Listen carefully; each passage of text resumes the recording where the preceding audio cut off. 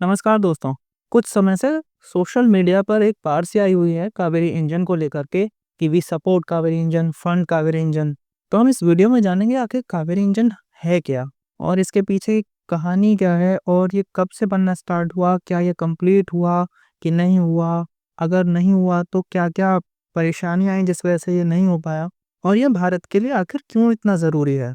तो सबसे पहले हम ये जान लेते हैं कि कावेरी इंजन आखिर है क्या। तो कावेरी इंजन एक जेट इंजन है जिसको डीआरडीओ डेवलप करने की कोशिश कर रहा था और इसका मेन गोल था इंडिया जो है अपना इंडिजिनस फाइटर जेट इंजन बना सके ताकि फॉरेन कंट्रीज में जो हमारी डिपेंडेंसी है जेट इंजन को लेकर के उसे कम किया जा सके, specially for the Tejas fighter aircraft को लेकर के। तो ये जो कावेरी इंजन प्रोग्राम था ये 1989 में स्टार्ट हुआ था। और ये क्यों स्टार्ट किया गया था? स्पेशली एलसीए तेजस के लिए इसको स्टार्ट किया गया था और इसकी जो प्रारंभिक लागत 300 करोड़ के आसपास था और इसकी जो समय सीमा दी गई थी कि इसको कंप्लीट हो जाना चाहिए, इस प्रोजेक्ट को 1996 में इस प्रोजेक्ट को कंप्लीट हो जाना चाहिए था, लेकिन कुछ टेक्निकल इश्यूज की वजह से और भी कई प्रॉब्लम्स की वजह से इसमें काफ़ी देरी हुई और अभी तक ये बनके तैयार भी नहीं हुआ है। तो जो कावेरी इंजन था ये बेसिकली एक आफ्टर बर्निंग टर्बोफैन इंजन था और इसकी खासियत तो टर्बोफैन इंजन जो होता है इसको के बारे में थोड़ा-सा मैं आपको बता दूँ। ये जो इंजन है ये जेट इंजन है एक प्रकार का, जेट टरबाइन के थ्रू हाई स्पीड गैसेस के फ्लो को यूज़ करके जो थ्रस्ट है उसको प्रोड्यूस करता है। तो बेसिकली ये वर्क कैसे करता है? पर उससे पहले हमें ये जान लेना चाहिए कि टर्बोजेट इंजन कैसे वर्क करता है, क्योंकि जो टर्बोफैन इंजन है ये बेसिकली टर्बोजेट इंजन का ही एक एफिशिएंट मॉडल है। तो सबसे पहले इसमें जो टर्बोजेट इंजन है वो एयर है उसको इनलेट के थ्रू अंदर की ओर खींचता है। फिर जो एयर है उसको कंप्रेसर के द्वारा प्रेशराइज किया जाता है जिससे जो एयर है वो गर्म हो जाती है।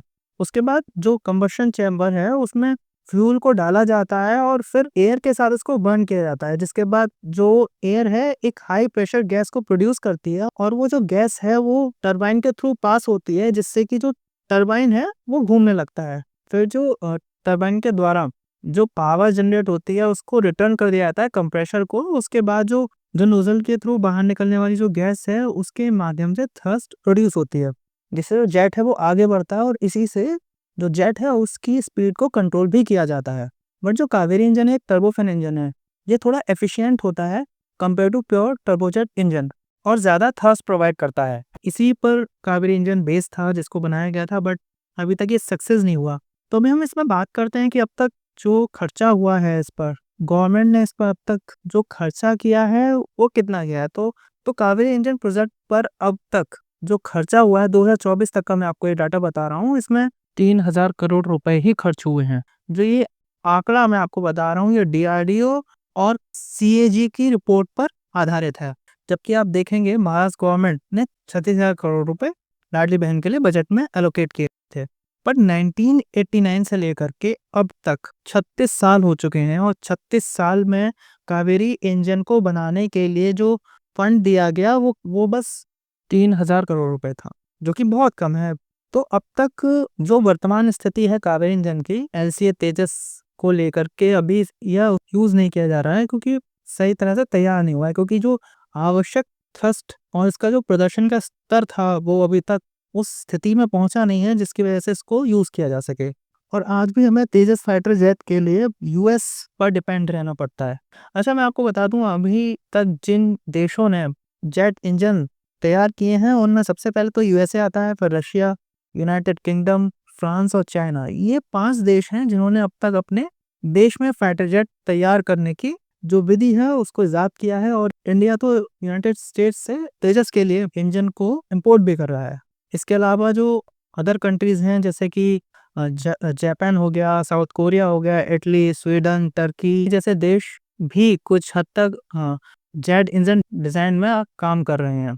अभी हाल ही में डीआरडीओ चीफ ने एक प्रेस कॉन्फ्रेंस में कहा अगर उनको 6th जनरेशन एरो इंजन को डेवलप करना है तो उन्हें ट्राई करना चाहिए किसी फॉरेन फर्म के साथ मिल करके। तो कावेरी इंजन एक एम्बिशियस इंडियन प्रोजेक्ट है फाइटर जेट इंजन बनाने का। हालांकि ये अपने ओरिजिनल गोल में अभी तक सक्सेसफुल नहीं हुआ है, लेकिन इसने इंडिया को जेट इंजन टेक्नोलॉजी में काफ़ी नॉलेज और कैपेबिलिटी दी है जो कि फ्यूचर के लिए बहुत काम आने वाली है। लेकिन अभी भी हमको इस पर काम करने की ज़रूरत है और अब तो पूरा देश ही इसके लिए आवाज़ उठा रहा है कि हम आपके साथ हैं, बस आप इसको शुरू करिए। कुछ लोगों ने तो हँसी-हँसी में ये भी कह दिया कि 18% की जगह 20% जीएसटी ले लीजिए। फाइनेंस मिनिस्टर महोदया, और ये ज़रूरी भी है क्योंकि भारत अब 5th generation even though 6th generation jet को भी अपने यहाँ खुद से डेवलप करने की बात कर रहा है। पर जब तक अपना खुद का इंडिजिनस इंजन ना हो, स्वदेशी इंजन ना हो, तो हमें फिर भी अमेरिका जैसे देशों पर निर्भर रहना पड़ेगा। और अमेरिका जैसे देश ये कभी भी नहीं चाहते हैं कि भारत की जो वायुसेना है, उसकी शक्ति बढ़े। यहाँ आपका यह जानना ज़रूरी है कि डिफेंस मिनिस्ट्री ने एचएएल के साथ साल 2021 में 48,000 करोड़ रुपए का कॉन्ट्रैक्ट किया था, ताकि इंडियन एयरफोर्स को 83 स्वदेशी फाइटर जेट कॉल्ड तेजस प्रोवाइड किए जा सकें। इस कॉन्ट्रैक्ट को साल 2024 में ही पूरा हो जाना चाहिए था, जिससे हमारी एयरफोर्स और भी मजबूत होती। बट इसमें हमें डिले देखने को मिला क्योंकि तेजस को चलाने के लिए जाहिर सी बात है कि जेट इंजन की आवश्यकता होती है। पर इंजन के लिए हमें American engine supplier company GE aerospace पर निर्भर रहना पड़ता है, जिसने अभी तक इंजन का सप्लाई हमारे देश को नहीं किया।